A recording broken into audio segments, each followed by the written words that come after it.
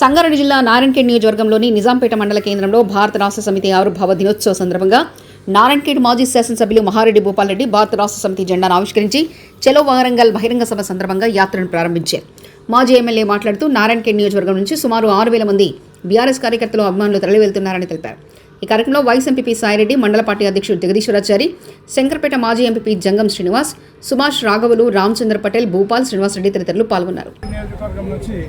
6,000 మంది పోతున్నాం. ఇంకా ఇక్కడికి సరిపోలేదు. ప్రతి ఊరు నుంచి మాకు వాహనాలు కావాలని చెప్పేసి డిమాండ్ చేస్తూ ఉన్నది.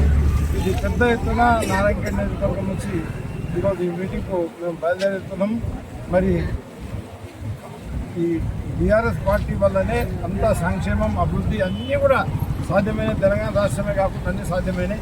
ఈ కాంగ్రెస్ ప్రభుత్వం అధికారంలోకి వచ్చిన తర్వాత టోటల్గా సంక్షేమం భ్రష్టుపట్టిపోయింది, అభివృద్ధి భ్రష్టుపట్టిపోయింది. కనీసం తాగడానికి నీళ్ళు ఇచ్చే పరిస్థితిలో ఈ కాంగ్రెస్ పార్టీ లేదు. చెప్పినవి మొత్తం కూడా అబద్ధాలు చెప్పి అధికారంలోకి వచ్చిండు. యాక్సిడెంటల్గా గవర్నమెంట్ ఫామ్ అయింది, యాక్సిడెంటల్గా ఎమ్మెల్యే గెలిచిండు.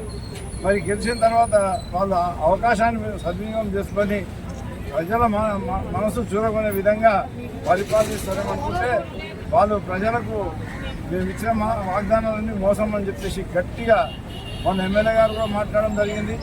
ఈ కాంగ్రెస్ ప్రభుత్వంలో ఏమీ జరగదు, అన్నీ పూర్తిగా ఏదానికి గ్యారంటీ లేదని చెప్పేసి చెప్పడం జరిగింది. వాళ్ళు ఇచ్చిన బాండ్లకి గ్యారంటీ లేదని, అట్లానే రేవంత్ రెడ్డి గారు ఇచ్చిన బాండ్లో కూడా ఏదానికి కూడా గ్యారంటీ లేదని చెప్పేసి, ఏ పని కూడా గ్యారంటీ ఉండదని చెప్పేసి ఎమ్మెల్యే గారు కూడా చెప్పడం జరిగింది. కాబట్టి ప్రజలు ఇంకా ఉత్సాహంగా ఈ కాంగ్రెస్ పార్టీని ఎప్పుడైతే ఎంత తొందరగా పొంద పెడదామనే ఆలోచనతో ప్రజలు ముందుకు వస్తుంది. తప్పకుండా ప్రజల తిరుగుబాటు జరిగినప్పుడు ఆటోమేటిక్గా ప్రభుత్వ పతనం కూడా అయ్యే అవకాశాలు ఉన్నాయి. 5 ఏళ్ళు కూడా నిలబడే అవకాశం లేదు. ఈ రాబోయే స్థానిక ఎన్నికల్లో భయపడే స్థానిక ఎన్నికల్లో ముందుకు జరుపుకుంటూ పోతుంది. సంవత్సరం మీద 5 నెలలైంది. ఇంతకుముందు చేయాల్సిన గ్రామ పంచాయతీ ఎన్నికలు నిర్వహించలేదు. 1 సంవత్సరం అయిపోయింది. ఎంపీటీసీ, జడ్పీసీ ఎన్నికలు నిర్వహించలేదు. మున్సిపాలిటీ ఎన్నికల కాలపరిమితి అయిపోయి కూడా 2 సంవత్సరాలు అయిపోయింది, అది నిర్వర్తించలేదు.